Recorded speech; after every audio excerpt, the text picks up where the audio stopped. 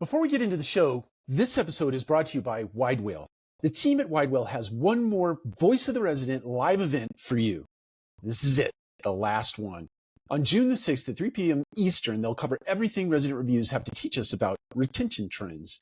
The 45-minute live session will be based on research from 400,000 Google reviews, providing data-backed answers to common questions. Does investing in parking reduce turnover? If our amenities don't meet expectations, does that cause renewal problems? We know maintenance impacts retention, but by exactly how much? Using AI topic and sentiment analysis, Wide Whales identified the trends driving positive and negative retention outcomes. Sign up at widewhale.com/data. That's Thursday, June the 6th at 3 p.m. Eastern. Sign up at widewhale.com/data.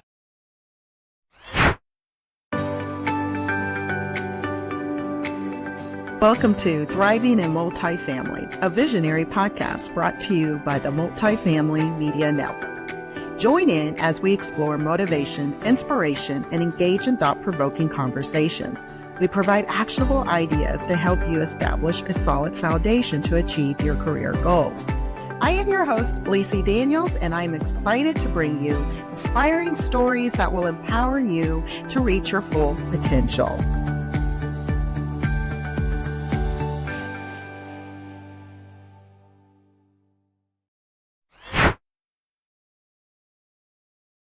Welcome to Thriving in Multifamily. I am your host, Alicia Daniels, and today's episode is brought to you by Multifamily Media Network. Man, I am so honored and grateful to have our guest, Melissa D. White, on this episode as we navigate through Activate Your Voice and how to speak up at work and in the world. Melissa D. White is an international keynote TEDx speaker. She is an author of Entrepreneurial Profit, Obeying and Partnering with God in Entrepreneurship, and the Spirit-Led Leader Devotional. She's also a CEO and principal coach of Activation and Executive Leadership and Life Coach. Oh my goodness, let's welcome Melissa to the show. Hi, Melissa. Hey, Lacey, I'm so excited. I've been looking forward to this conversation. Thank you for having me. No, I'm honored. Oh my gosh. I know you're such a true inspiration to me, and having you a part of this and helping others and just really, voice out there in the world, and what you're doing really truly shows that we can do anything, right? Anything is possible when you put our mind and our hearts to it. And so let's kind of dive in and just really talk about, get the little movement going. I always say, like that. And just tell me something that's a fun fact that no one knows about you. I know. Fun fact about me is, I am definitely a loud personality. I'm the loud one in the family. So I burst into I have random moments of singing and dancing. If you've ever seen me in a room, you've probably seen me do it. That's how I deal with my jitters. Let's do it. Come on. I know that I carry this energy, and sometimes I just have to get it out. And so that, I'm the loud one in my family. I love that you said that. That makes me feel so much better because, this is all about it. Get those energies, have a great conversation. But, I would love everyone to know what is your story? How did you get started in multifamily? Well, I took a detour from law school and landed in multifamily. Wow. I literally, it was within 6 months after graduating undergrad. And I always thought I was headed to law school. I studied for the LSATs. I was preparing to go to college, to prestigious law school in Georgia. And I was working for an attorney at the time at my university. And she told me one day, she's like, I think you're amazing. I think you're smart, but I just don't think law is for you. So imagine I was like, huh? And I was like, well, if law is not for me, then what in the world am I supposed to tell my mom? And what am I supposed to do when I graduate? Yes. And I took but right around that time when I had no idea what I was going to do. I was like, I'm going to graduate and I don't have a career. I won't have a job. I was like shocked. Oh my goodness. And yeah, I took a semester abroad. And Mm. that's when I learned. I didn't know what I wanted to do, but I knew what I didn't want. I said, I don't want to be stuck in the office. I want to travel and get paid, and I have to be around people. And literally a few months after that, after graduation, Yeah. I saw an ad on Yahoo Hot Jobs. I'm probably dating myself when I say this, but it was an ad that said travel and get paid. And Oh, wow.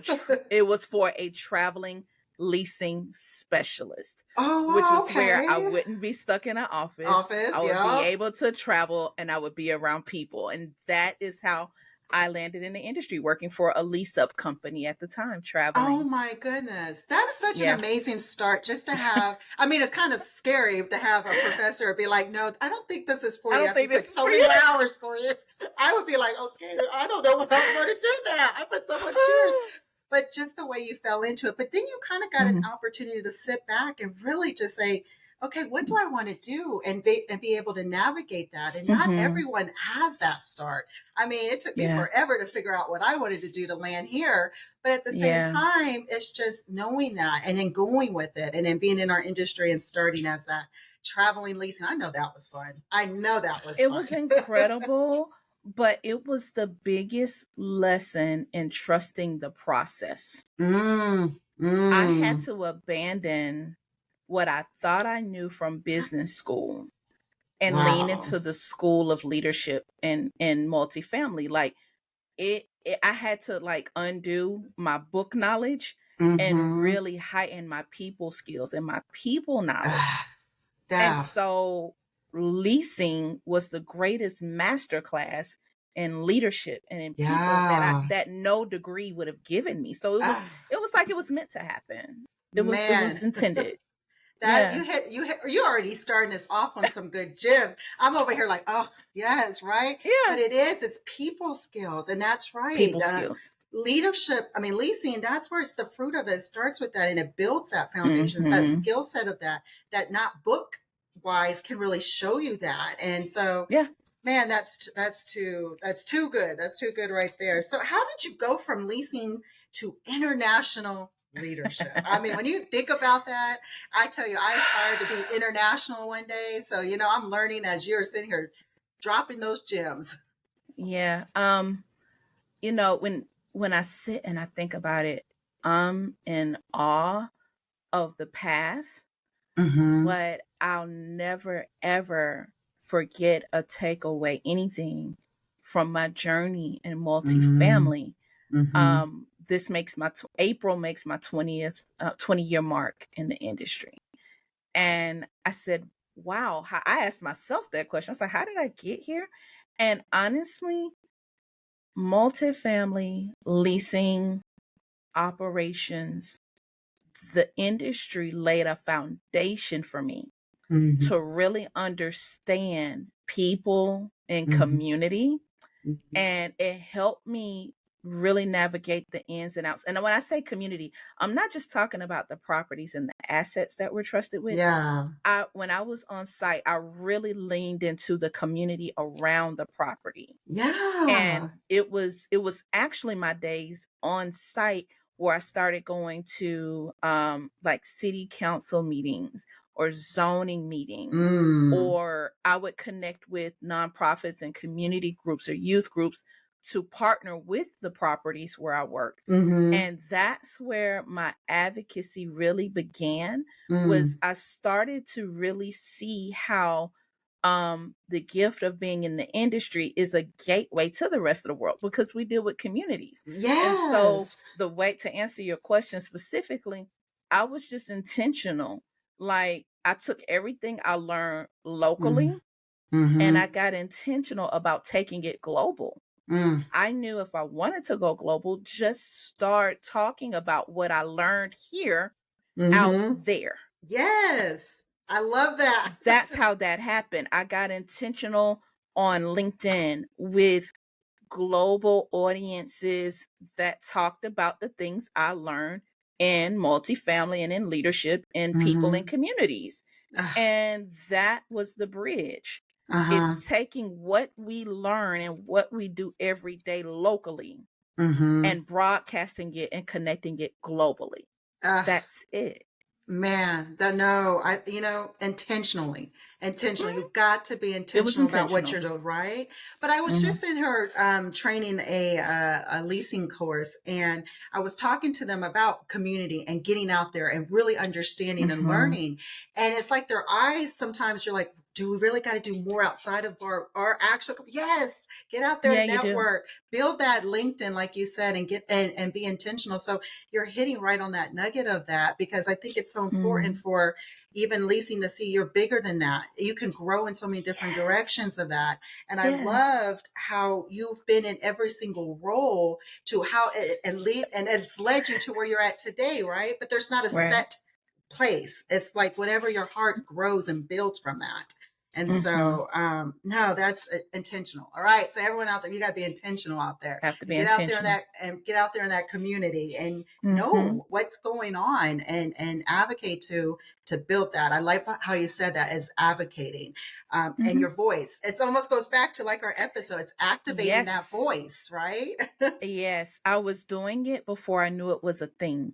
Mm. Um, I was giving a voice to my residents Mm-hmm. at city council and government meetings. It's like, hey, these are the issues Yeah. that my property is having here. Mm-hmm. Like, it could be we have an issue. I was in highly walkable communities, people that rode the bus and needed safe places to cross. So I was advocating for, hey, they need to be able to safely cross the street. They need, Yeah. hey, to the local school board, we need a closer bus stop for our kids. Like, I just noticed those things. Yeah. And I was showing up so much, like they knew me so much between the fire department, the police department. And like they thought I was in government. I was like, no, I work at a property in your district. I work at a property Yes. in your jurisdiction. And I just want you to know. And it where it started, Lisa, now that I'm thinking about it, from outreach. You know how you had, like, you're supposed to Yes. go, and they were like, hey, we're gonna like take breakfast to To the the next the first businesses. Do responders. those. Yes. That's Yes. how it started.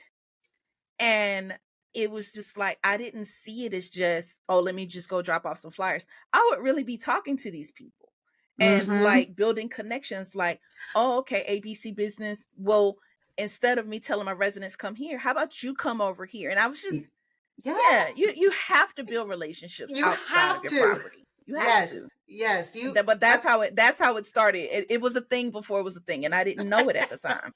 Now Yeah. look, but it's true. You got to network. You got to step out of your comfort zone. You got to be Hmm. confident about who you are and what you're speaking on. That's how my thoughts on activating your voice. Now, does it Hmm. come easy? No, I think you have Mm-mm. to, but you also got to be passionate about what you speak on, right? And Yes. so I think I love that how you said it was all about networking and really getting out there and building that.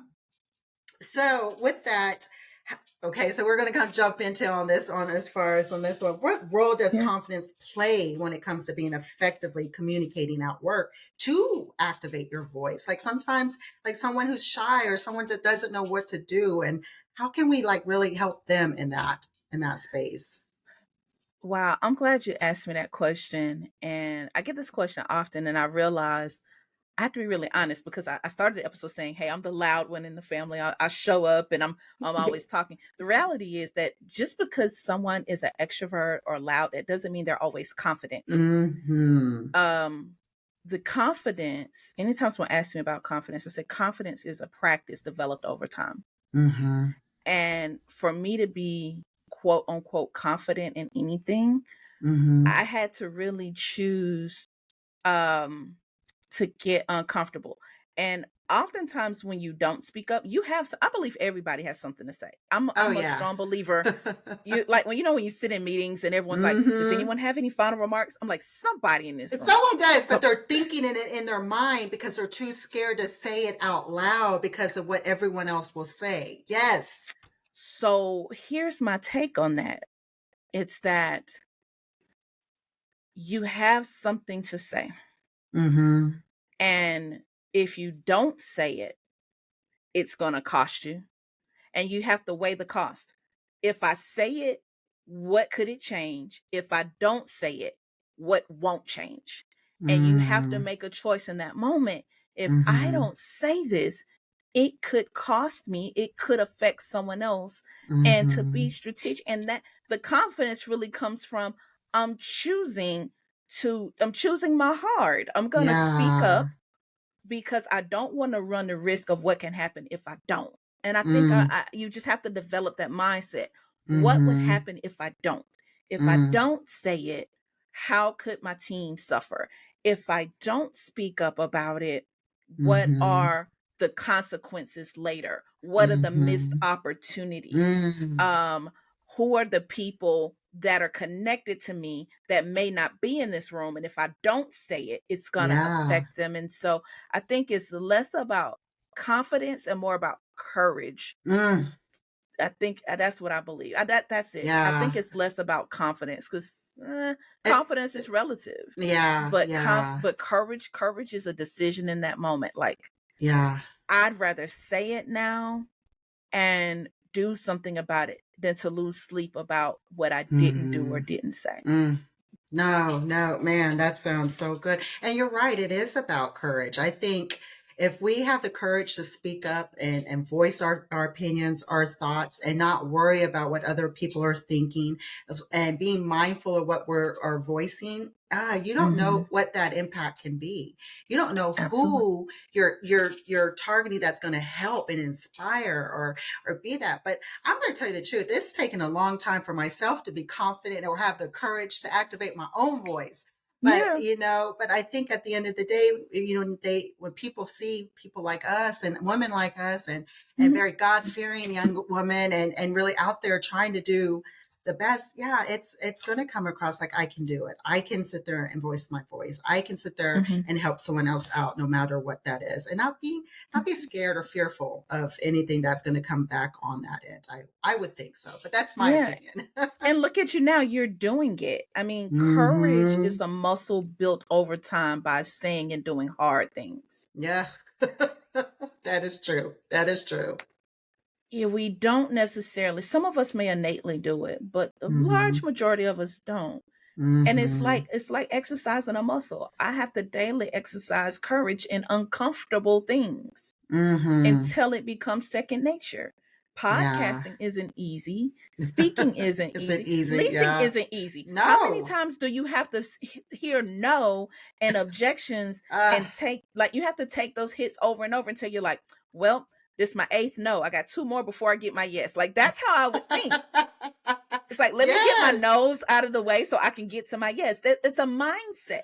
I had to do an Gosh. exercise of courageously asking people for the sale, Yes. asking them to close. Like, I had to ask a lot of questions and just, I had to take the hit of the no to get to my Yeah. yes. You have to Yes. keep showing up and saying, maybe it'll turn out right, maybe it won't, but I'm going to Mm-hmm. keep going till I get my yes or my opportunity or whatever.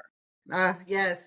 Don't be scared of those no's. Rejections come Mhm. in our life, but I always say those rejections are setting you up for a redirection. Uh, Right. Absolutely. Let's just ponder on that because I think so many times everyone is Yeah. so scared of no's and what that's going to, discourage them or make them feel like I can't continue to push forward. But no, but that's a part of it. That's a part of your growth, right? How Yeah. do people overcome those, like that fear of that barriers of that and still be able to push through? What is your thoughts on that? The fear of rejection. Oh, I could write a book about that. Here's the reality is fear of rejection is the number one reason people don't speak up. Mm, If I say this, will they mm-hmm, be offended? mm-hmm, If I say this, will they reject me or look at mm, me differently? mm. And the way you overcome that is you set an expectation. Like if I were having a conversation with you, Lisa, and I knew I Yeah, needed to, maybe we were team members, right? yeah. And maybe something upset or offended me.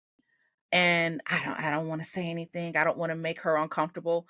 But either way, I'm uncomfortable either way. Either Yeah. I'm silently uncomfortable or I'm openly uncomfortable. Yeah, yeah. But you see what I'm saying? So Mm-hmm. you have to make a choice. It's not about confidence, it's about courage. Remember that. Mm. and also giving people grace. When you work as a team, you have to ask yourself, does this person have my best intention in mind? Or Mm-hmm. are they intentionally looking to harm me? And Mm. so if we were in a leasing office together, if we were on a team together, working corporately together, I Mm-hmm. have to decide, is the greater good and the success of the team bigger than my discomfort or my offense? So let me kill the offense that's in the way of the goal we need to accomplish. So hey, Lisa, hey, can we talk for a minute? Yeah. This is uncomfortable for me to say this, but I want to talk to you. Is it okay for me for me to be honest, open, and transparent, and then wait for permission? And you're like, yeah, you're sure, Yeah. and then say what you need to say. And oftentimes, it's not even what you think.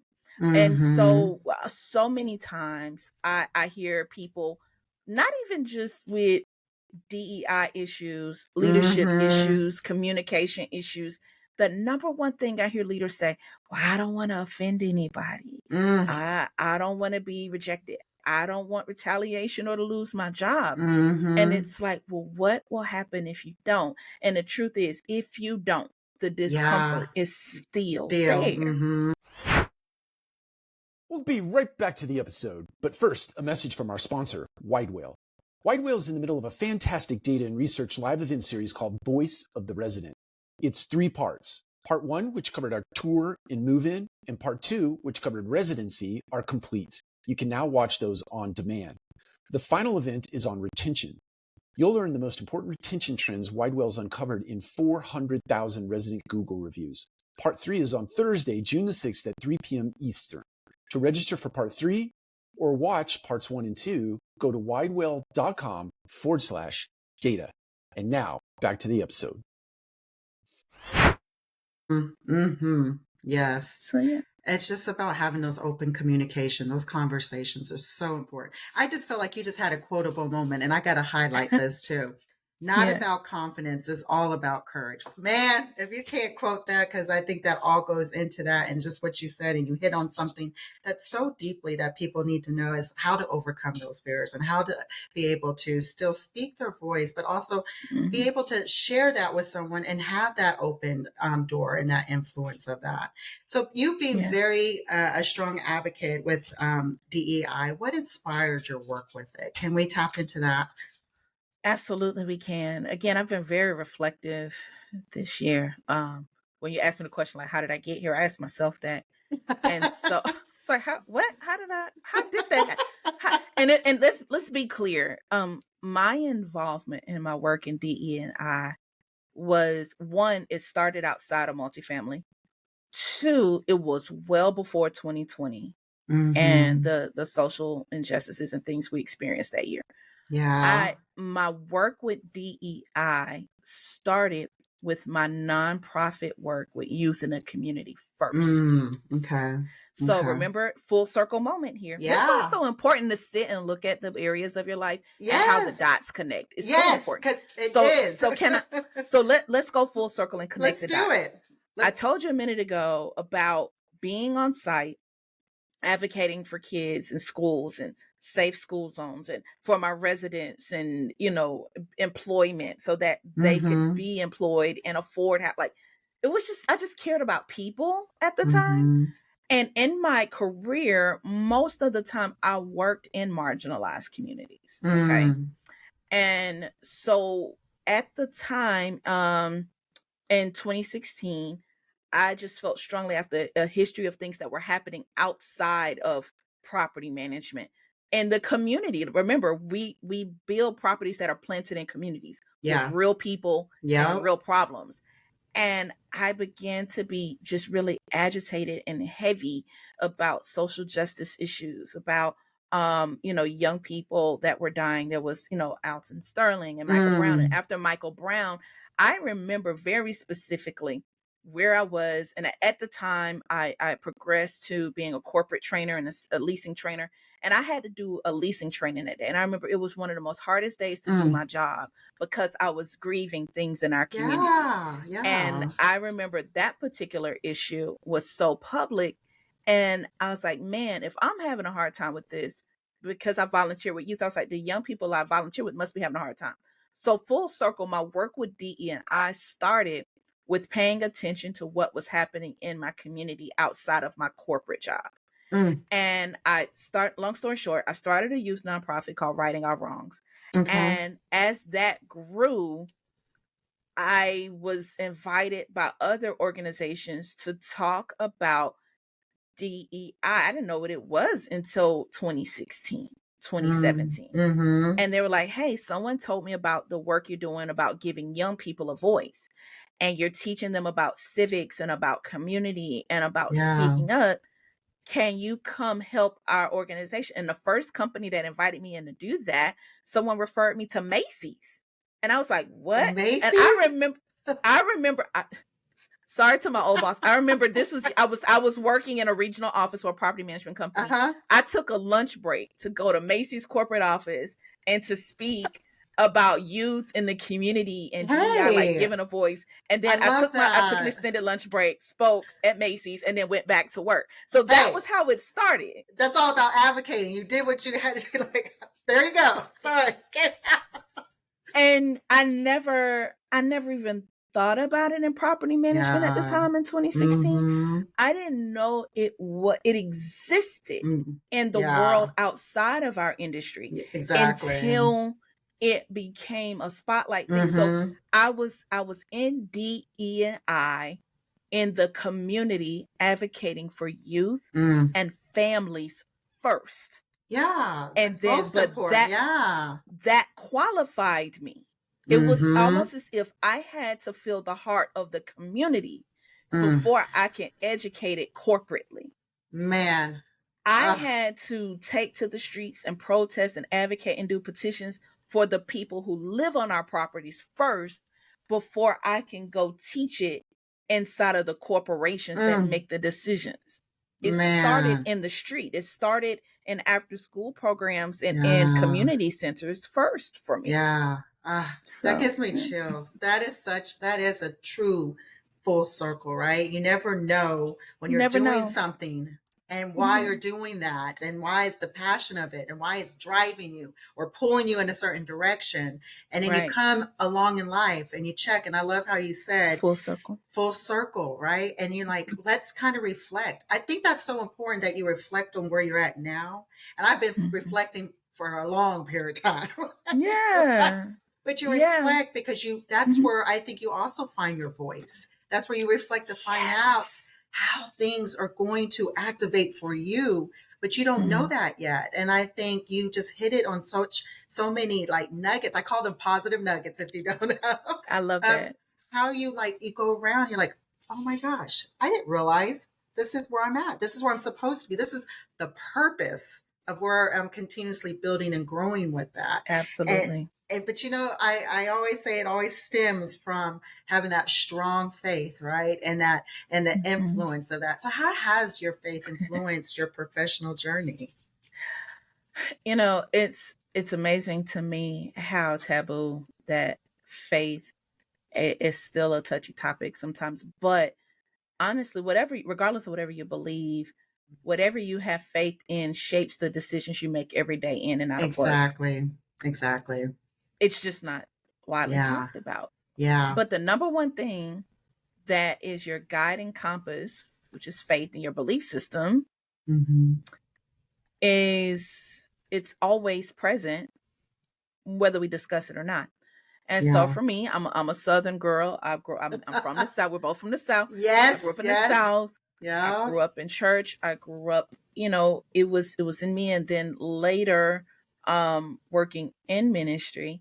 But it strengthened my resolve and my desire to serve people, but from a different place now. Yeah. And so, for me, it is absolutely important. I think my faith in how I make decisions, how I pray, how I meditate, and all those things, it helps me to have a clear mind in partnering with, of course, my credentials or my business acumen. It takes all of it. Yeah. And sometimes, let's be honest, in business, like when you've tried everything to do, it's like, I don't know what else to do, especially in property management. Like, let me go find a corner and pray about it. You got to have those moments, those aha moments where you're like, I need to take it away. And it's important. It is important. It is important. And so I've just seen my faith as that last tier of advocacy for me, where out of the 7 protected classes, religion and faith is like the last one that we dare to touch or even talk about. Yeah. But it's prevalent among your team. I Mm-hmm. really admire companies out there in and out of our industry that make Mm-hmm. space for um, morning motivation, for Yeah. quiet moments, meditation rooms, prayer rooms, whatever the case may be. Because if you can't tap into your faith and be spiritually well as mentally and emotionally well, Exactly. Yes. as it takes all of it. And so I'm glad that you asked me that, and that I feel safe enough and strong enough to say, hey, that's a part of who I am. Don't tell me to be my whole self and I have to deny that part of me. But that's oh my gosh, I love how you say that. That's all about true authenticity, right? It Yeah. is who we are. It's something that, with me, I've learned along the years that it helps guide me. It helps motivate me to where I can be able to take it and look out the bigger picture, right? And knowing Yeah. that my purpose is serving others, and at the same time as helping with that voice. That's why I think I gravitated so much on activating your voice, because it is so important. It is. And I think with me, and my faith has given me the courage to be able to continue to push out on that. And I think that's important. So it has helped me in my journey as well. I think when you have it in work and people have it, that incorporated or within their values, or if they incorporate within their teams, it's giving that option for individuals to have that mind space, because we work in Yeah. such hardcore, every day, ever changing It's hard. in our industry. It's not easy, but not even that. It's life is hard. Life is Yeah. not easy. And I think, when you can come to a space where you can give that 15-minute break, take away, we all need that. We're not running robots here. We're humans. Right. And at the end of the day, we need each other. And also at the end of the day, we need those connections. And I think that all plays into one another. I like that. I can't gloss over the connection you just made for me in listening to you. We talked about courage, right? Mm-hmm. That faith is the fuel for courage. Yeah. How many things do you dare to do because of your faith that you wouldn't dare do in your natural mind? Your natural mind is like, absolutely, don't you do that. Like we're designed to keep ourselves safe. We are. But faith will push you to do things that are radical and bold. Yes. Your faith is a fuel for courage. And you just connected that for me. Mm-hmm. It's like, I don't know why I did it. Like, I could say obedience to what? Because of my faith. Yeah. How did you know, Melissa, to go do that? I just knew it was something I had to do because of my faith. That revelation is like, go speak for your community. Mm-hmm. Go advocate for your team. It was just the right thing to do. Would I get in trouble or not? I don't know. I get in trouble a lot, Lisa. My mother used to always say, you're the troublemaker. I'm like, what? I speak my mind. It's funny because I speak my mind personally into friends that I see stuff that I'm like, come on, let me help you with this. But then when you get me into another world of work, I'm like this. I know. I've seen you. I've seen you in both lanes. Yes. But let's be honest. The troublemakers change the world. We sure Troublemakers change the world. Because we just can't let things stay the same. We're agitated by the status quo. And it's like, if this doesn't change, and if I don't do this. Now, that's not to say you go get in trouble at work. Like, don't say. No, we didn't say that. There's a way to do it. Yeah. But like in the words of Congressman, John Lewis, good trouble. Good trouble. Yeah. I believe my belief is an activated voice is one that will speak in the face of adversity and stir up good trouble to change. You cannot change what you're not willing to be seen and heard and advocate for, when you could risk getting in trouble, when you it's going to cost you something. Oh, it is. It is. It's going to cost you something. but is the reward greater? Mm-hmm. Mm. Yes, it cost when I had to speak up about topics that made people uncomfortable. Yeah. But the reward of seeing people freely operate, freely promote, to freely have platforms, I will gladly take the cost and pay the cost for someone else to have what I couldn't. Oh my goodness. That is courage. That is an activated voice. Mm-hmm. And that's not just my purpose. I live like that. I love it. Oh, I love it. I mean, that was some great ending points. I'm like, okay, we're done here. She done said it. I don't know any other way to be, because I don't want to be responsible. Don't ever change. I love that. I want anyone listening to this, I want them to take away from this. An activated voice means I don't want to be responsible for what will happen if I don't say something.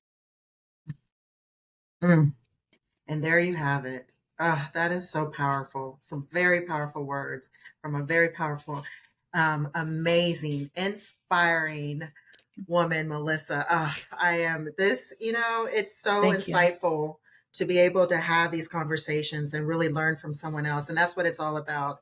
Learning, connecting, and knowing that anyone out there can be just like us. Anyone out there can do it. They can thrive for it. They can grow with it, inspire it, tap into it. I mean, it's a true testament as your full circle. And now I'm going to go back and look at the full circle on that. Sure. But yes, man, so any other lasting thoughts? I could still dive in, man. I'm telling you, this is such a great conversation. Now, you know how you don't want to end a conversation because she's filling my cup up, people. I'm honored that you've given me a space to talk about having a voice, because, and I celebrate where we are as an industry in multifamily, even the shift of topics that are not just on trend, but they're on purpose, about people, culture, about developing in our mental health, our emotional health, that those are just as, if not more important than operational topics, which, yes, we're in business, but we're also responsible to be good stewards of our people. And I just want to encourage any leader listening to this to find the courage to activate your voice, to advocate for your people and teams.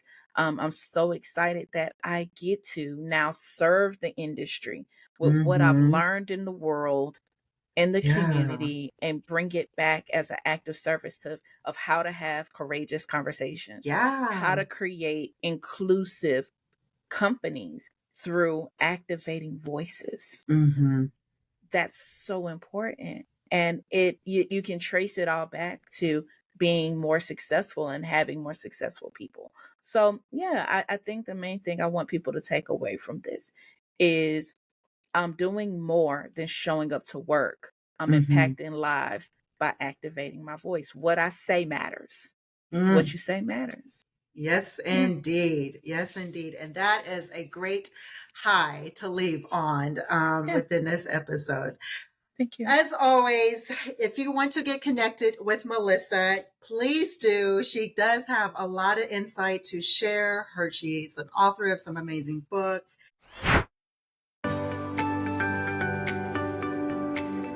Welcome to Thriving in Multifamily, a visionary podcast brought to you by the Multifamily Media Network. Join in as we explore motivation, inspiration, and engage in thought-provoking conversations. We provide actionable ideas to help you establish a solid foundation to achieve your career goals. I am your host, Alicia Daniels, and I'm excited to bring you inspiring stories that will empower you to reach your full potential.